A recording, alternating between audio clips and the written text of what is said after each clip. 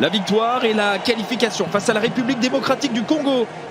Accroché d'entrée, le Maroc peut déjà, après 2 matchs de groupe, assurer sa présence en 8e de finale en cas de succès.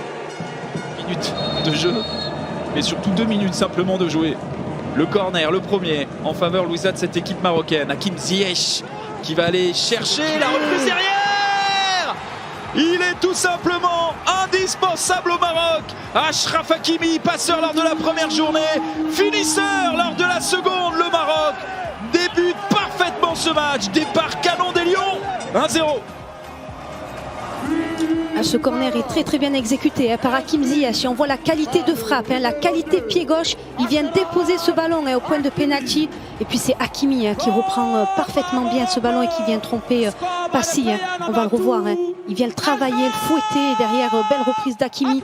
Par contre, on peut parler aussi de cette défense congolaise. Hakimi est complètement oublié au point de pénalty. Il se retrouve absolument tout seul pour exécuter son geste. Dans le dos de Gaël Kakuta, regardez, il est là pour reprendre Kakuta, l'Amiénois qui ne le voit pas. Et derrière, cette reprise du pied droit qui vient battre Lionel Passy, alors qu'il y a eu un temps mort quand même de 3 minutes lors de la première journée. Premier buteur marocain dans cette Coupe d'Afrique des Nations 2023. On va bien jouer la combinaison avec cette possibilité pour Selim Amala qui a retrouvé Bouffal, très en vue dans ce début de match. Hakim Ziyech encore. Hakim Ziyech qui prend sa chance. C'est capté par Lionel Passy. Le deuxième dans ce match. Le premier avait amené le premier but de la rencontre. Ce ballon qui est récupéré derrière, la possibilité. Et on s'est projeté du côté de Chancel Mbemba. Le Marseillais qui a vu ce ballon passer à côté, les buts de Yacine Bounou. Mbemba qui n'a pas une belle déviation au premier poteau. Et attention. Et cette faute obtenue par les joueurs de Sébastien Desailly. C'est bien tiré. Ouais, ce ballon qui passe juste à côté. Il n'était pas loin de le reprendre, Chancel Mbemba. Mais ça n'est qu'une occasion pour la RDC qui revient peu à peu dans ce match. C'est incroyable que ce ballon ne puisse être repris par aucun joueur.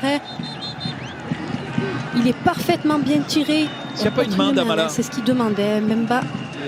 La vidéo tout simplement par rapport au pénalty, il n'a pas oublié ce qui s'est passé. Nonga lui veut pas sortir, mais il est bien obligé de sortir.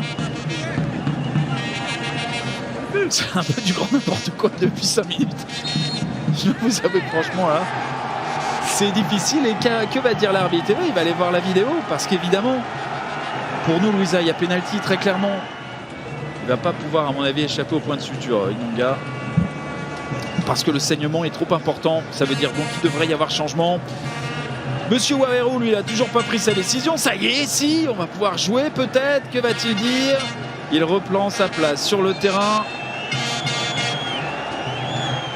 Et pénalty. Pénalty en faveur de la République démocratique du Congo. Le gardien d'Al Hilal. Ah, le poteau. Et ce ballon qui est aussi détourné par Yacine Bounou. La RDC maudite en tout cas sur ce coup-là. Bakambu pouvait tout relancer, égaliser, mais finalement non. C'est un pénalty raté par Cédric Bakambu. Avec pas beaucoup de chance, c'est vrai. Mais il y a aussi Yacine Bounou qui est pour beaucoup. Ah, le pied droit au sol, ce poteau. Bakambu qui vient de trouver ce poteau et Bounou qui avait choisi le bon côté. Mais le cadre n'est pas trouvé. C'est pas très bien tiré. Pour trouver Nesri. Amala. Ziyech. Il avait été trouvé par Hakimi. Ziyech, patient décisif. Oh, il avait laissé filer ce ballon. La finesse de Sofiane Bouffal. Une matière plutôt Bouffal. On connaît la qualité athlétique sur coup de pied arrêté, notamment du capitaine Mbemba. Oh, ce ballon qui est Sika qui vient de rentrer. Toubin Sika pas très loin d'égaliser. Et on voit parfaitement bien tiré, pied gauche. Hakimi avec Unai. Ziyech. Bien fixé. Hakimi, le centre fort. Derrière Bouffal qui met ce ballon à côté. Bakambu qui lui joue au Young Boys Bern en Suisse. Ziyech. La remise avec Unai qui prend sa chance. La journée, il met ce ballon à côté.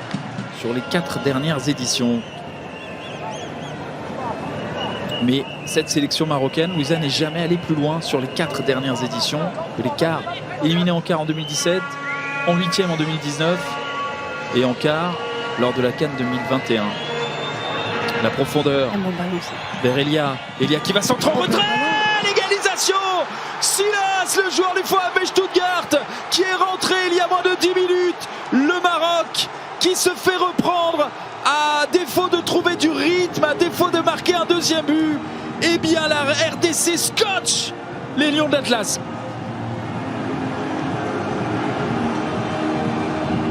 Vous le disiez, Louisa, attention à ne pas se faire reprendre, attention à ne pas subir un but de la République démocratique du Congo sans forcément être géniaux. Les joueurs de la RDC, dans une chorégraphie collective, parviennent à se relancer dans ce match. Ces Marocains qui n'ont pas été capables de remettre du rythme, de l'intensité dans leur jeu, et c'est la République démocratique du Congo qui vient égaliser avec ce super ballon dans le dos, encore une fois, de cette défense. On disait sur cette première mi-temps que les fois où la défense a été prise à revers, qui a été mise en difficulté, c'était dans son dos, sur des ballons dans l'espace libre, et puis ce ballon parfaitement remis au point de pénalty pour Silla, qui vient mettre son plat du pied et trouver le but de Bounou. Donc il y avait 15-0 pour le Maroc.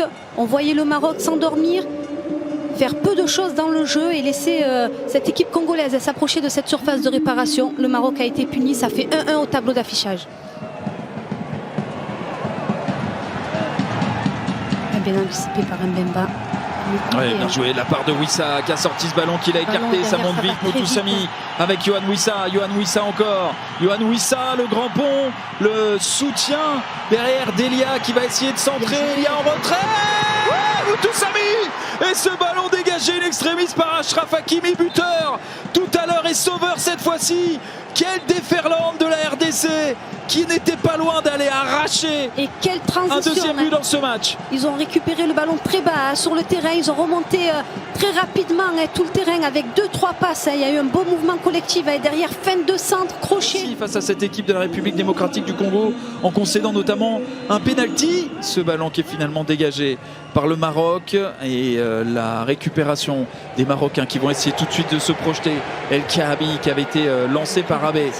Et El Kaabi. Et à gauche, on voit. Cherche le chaos d'un côté comme de l'autre. Le ballon est libéré vers Harit. Harit qui va rentrer dans la surface. Harit encore qui insiste. Amin Harit en retrait. Ce ballon qui est touché. Et finalement capté, dévié par Batou Binsika et capté ensuite par Mpassi. Louisa. Mayele. Amrabat en retrait. Et à défaut de victoire et de qualification directe, le Maroc devra patienter, piégé donc par cette équipe de la République démocratique du Congo, toujours en vie dans cette CAN. Le Maroc est en ballottage favorable, mais contraint au nul donc par la RDC. Un but partout. Dans un court instant, tout de suite le multicoupe d'Arène Tulette et Damien Perkis pour la suite de ces 16e de finale de la Coupe de France. Merci beaucoup Louisa. Belle soirée à vous. Merci à vous, au revoir. Au revoir.